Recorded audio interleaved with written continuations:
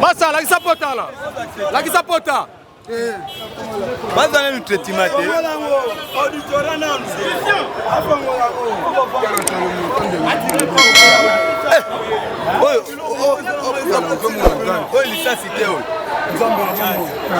biso toyaki awa mpona kosala sitting na makambo oyo etali makambo ya mai ya se dernier eta badelestage ya mai ezali mais naza na regret DP afuti bapolisier mpo bamélanse biso omona nga ntango nayaki awa mobimba boza na baimage mais tala bapolisier ndenge babrutalize nga bamélanse nga tala voir même côté ya lisu esili wana te policier se permet ya kobeta mutu gaz na nzoto preuve ane presse bozwa baimage mutu yo nazosenya po mutu na presse ala hémorragie akufa DP mosala oyo osali ya kofuta bapolisier bamélanse biso na oyo eza droit na biso.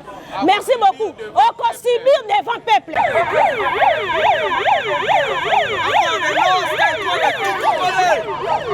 Avant de l'eau, c'était le droit de tout Congolais.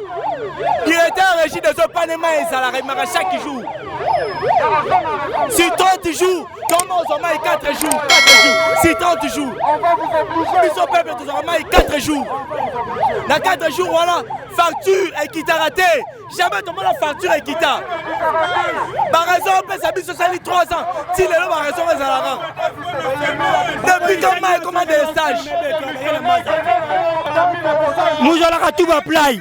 Les policiers nyonso ekele ku violenter beto ekele ku menacer beto na ba inzoba o manza ke vonda kafe bele ba journaliste ekele ku filmer to na ba inzobelo manza ke vonda kafe leke beto be miona balabala samu le ko telemina nkango na ba yine me vonda kuna ba collaborateur régime des yali mo si directeur régime des enquêtes ka manza bila 25 litres akete ka manza bila 21 litres na 20 na nini GP na beto ka similaire essence ba contribuable an côté an ko simaliser ba policier ba ko ngena ko mona ba menga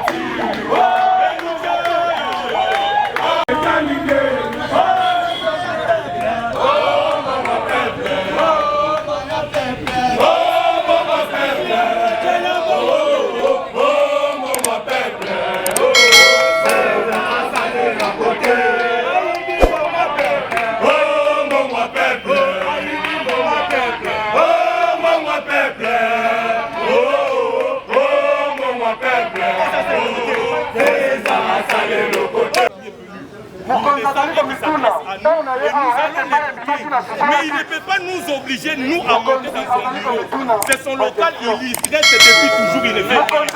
S'il veut parler, qu'il vienne sur terrain. Les dirigeants, nous voulons aujourd'hui des dirigeants de terrain. Ce n'est pas quelqu'un qui reste dans sa climatisation là-bas. Nous, ici, nous sommes sous le soleil, mais nous sommes aussi pères de famille. Nous avons nos boulots que nous avons abandonnés pour l'intérêt communautaire. S'il ne sait pas descendre de son bureau, alors qu'il nous laisse tranquille, nous allons rester là. Nous sommes en sitting, nous avions écrit.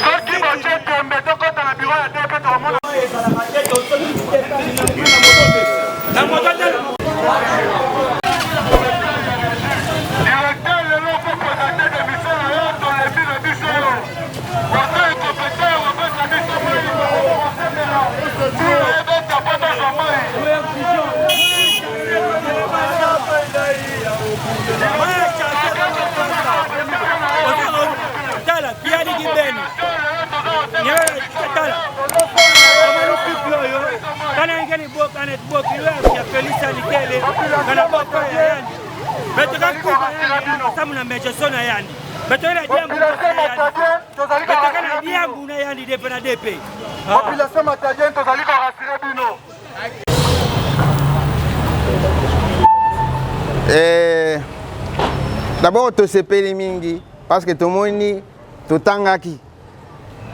Ma préoccupation est bien légitime. Bolobaki bokoya et pas nabiso kolekota nabiso. Mais si ce qui ba revendication monsieur Sezali akoloba ou bien c'est des précisions que vous voulez parce que les natangaki affiche nabino. Natangaki affiche nabino lundi ngana bana gota Kinshasa. Namoni j'étais à l'étape de Kimpese namoni affiche nabino. Nasali ba affiche ngana zwaki numéro ya moko nabino nabengaki ye. Je pense que à nabino faut azala yebi Shadrach je sais pas s'il est là. Nabengaki pour dire namoni affiche nabino. Mais peut-être que vous avez une information et à bien té. Est-ce qu'on ne peut pas se voir lobby na ton bureau qu'on s'explique? Alors baki nangai non na ko intéressé baninga na ko zongela yo. Azongela nga na butu vers 21h par un message me disant non toyoka ni que tokokutana na yo kaka après revendication na biso. Nangwana na moni bino ce qui peut-être le mot qu'on parole à l'oba toyoka na Lucha avait écrit à la régie des eaux pour les mêmes faits. Je sais que vous en aviez parlé hier dans votre émission pour dire que nous avions été instrumentalisés ou manipulés. C'est ce qui nous a fustigé. D'abord, ça a fustigé et ça a blessé notre honneur. Nous sommes des citoyens congolais dignes et responsables. Nous avons laissé nos boulots. Ce n'est pas pour peut-être être manipulés par qui que ce soit. Nous le faisons en âme et conscience par rapport à notre devoir citoyen. Je solliciterai, avant de continuer, que vous puissiez d'abord retirer devant l'auditoire ici les propos tenus parce que ça nous a blessés. Donc vous avez voulu nous faire passer pour des mendiants ou bien des gens qui sont à la merci de je ne sais qui. Merci. Retrait ya parole ce que zali le centre zali na ngoko. Mais nandenge yo moko bandaki olobi bozalaka déjà a on a régie des eaux. Bozalaka na régie des eaux. Bozalaka pe mouvement tina ba installation balaki saka bino bozalaka pe promesse. Bozalaka pe promesse pour dire non to moni to kokende ko sala boy. Biso to bandaki ko zelande tozwa résultat ya promesse bozalaki période wana. Na vidéo on peut dire que tu as plaider parce que problème vous avez na niveau mususu. Yango na ba mais au lieu peut-être basa la biso mise au point évaluation ya makambo na ndenge nini économiste ko ba ya no directeur ezali boy na boy. C'est que ce n'est pas de la manipulation, mais parce que ça vous a blessé, je les retire, en tout cas je présente mes excuses.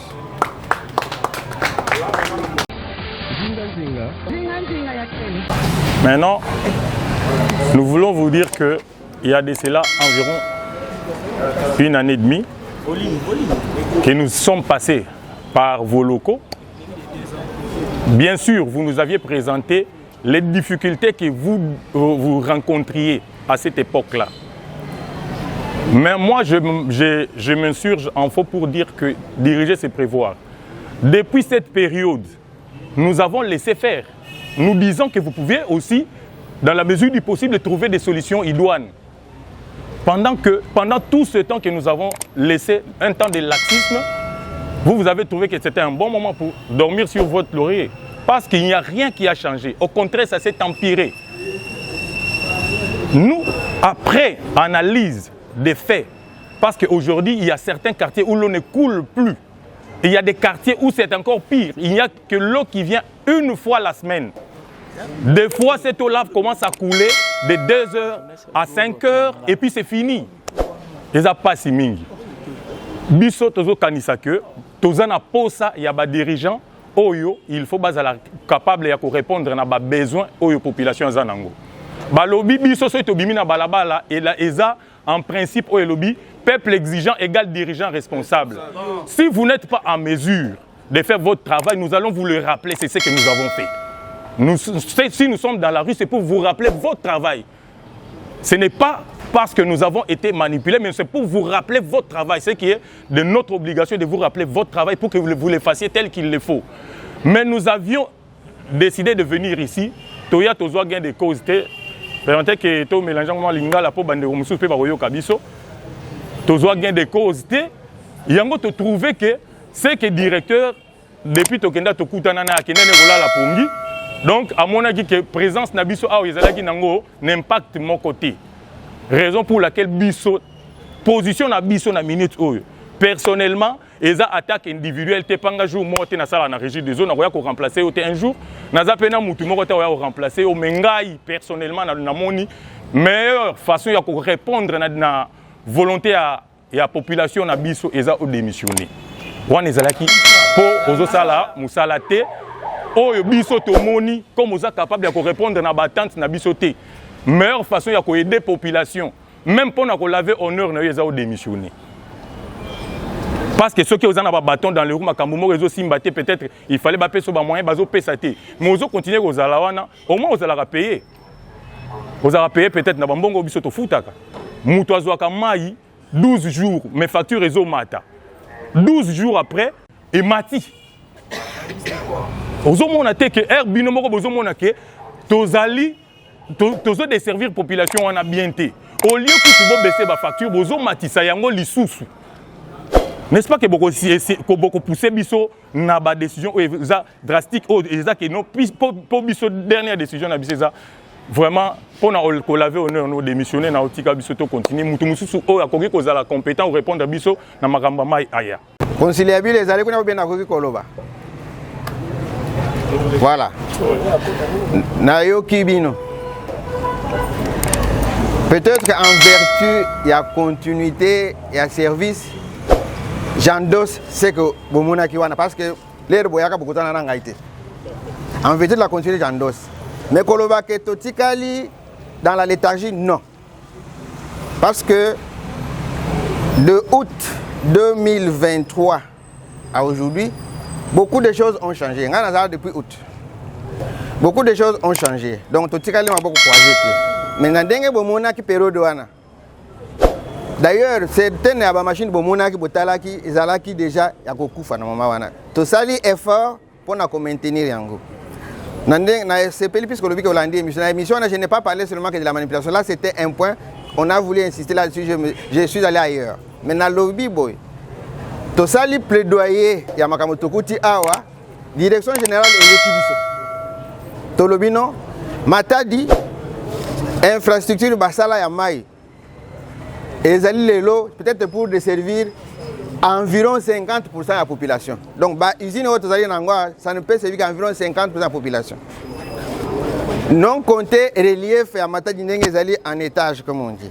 Alors, pour faire face à tout ça et donner de l'eau à tout le monde, il faut des investissements.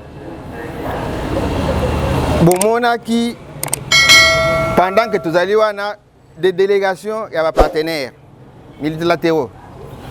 Il y a eu 2 missions des Allemands. Entre les 2 missions, il y a eu une mission de la Banque mondiale. Tokenana bango, tomema bango taïti dans les biwé pour que bango na kové ya maïs ali place. Donc j'ai fait biwé 2 fois avec les Allemands pour montrer que il y a pénurie d'eau. Donc nous ne sommes pas restés endormis. Qui peut nous appuyer pour faire les grands travaux? Parce que pour faire des usines, ce n'est pas quelqu'un qui va sortir de 1000 francs ou 2000 ou 200 000 francs pour faire une usine. Dans l'entretemps, la machine au moment ya Kalawana et positivement problème que na sengi na direction générale et j'ai obtenu ba renouveler les machines. J'ai eu gain de cause mais boka ezali na ba procédure. To banda procédure ya acquisition en urgence des équipements. Oh il fallait ebima basala en mode d'urgence mais il faut autorisation ya autorité de régulation des marchés publics RMP. Alors pour na kosala makambo na nyonso et memi biso dans une année. Il y a presque un mois, le contrat est outil signamé. Je l'ai même dit, dans l'émission. Contexte aussi pour dire, nous allons donner à Matadi 2 groupes motos. Donc tout ça, tout ce qui a collé à la tête pour dire, tout vendu, tout ça, nous allons côté. Contrat, dans les 2 mois qui viennent, ici à Matadi, on pourra avoir 2 groupes motopompes de façon continue. Actuellement, perturbation est alignée. La machine est à Kala Oyo. Pendant que vous fonctionnez, le temps que vous vous attelez à réparer, ça crée des manques d'eau. Mais quand on va avoir de nouvelles machines, on va utiliser l'existant là-bas, mais de façon continue, ça améliorera tant soit peu Makambuya Mai.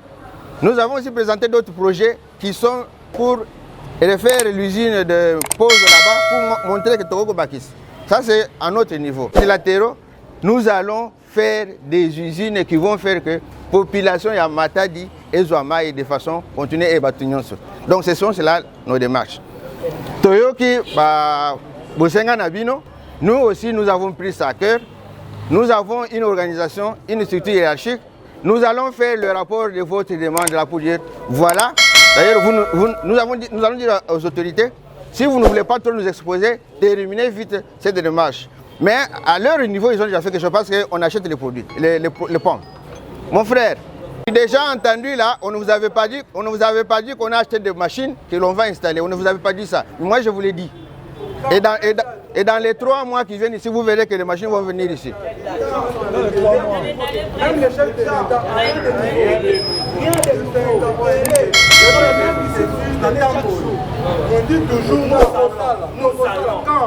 Non, non.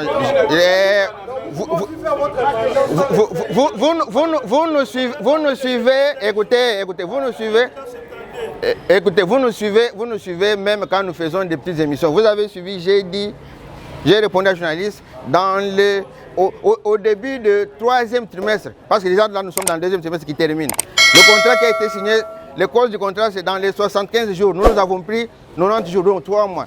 C'est-à-dire que avril, mai, juin, nous aurons des machines ici et on va quand ça viendra, on va vous appeler pour venir les voir et pour vous en rendre compte. Mais rassurez-vous qu'au plus tard, juillet, l'usine fleuve ici aura déjà de nouvelles machines pour fonctionner de façon continue.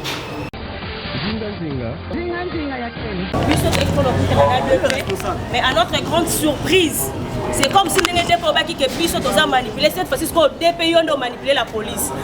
Donc quand on a une image qui apporte et du forme, là na choc na lokolo, ba policier ba menacer nga, liste na nga yango ba vers et pasuki na perdre ngo et puis policier azo permettre ko beta population oyo kutu aoleka mwana ya moto gaz boy na miso ba image ezali à bout portant ana hôpital. Tout ça se passe que depuis a manipulé la police. Toya qui a état que sitting le quoi la population nous a droit à réclamer.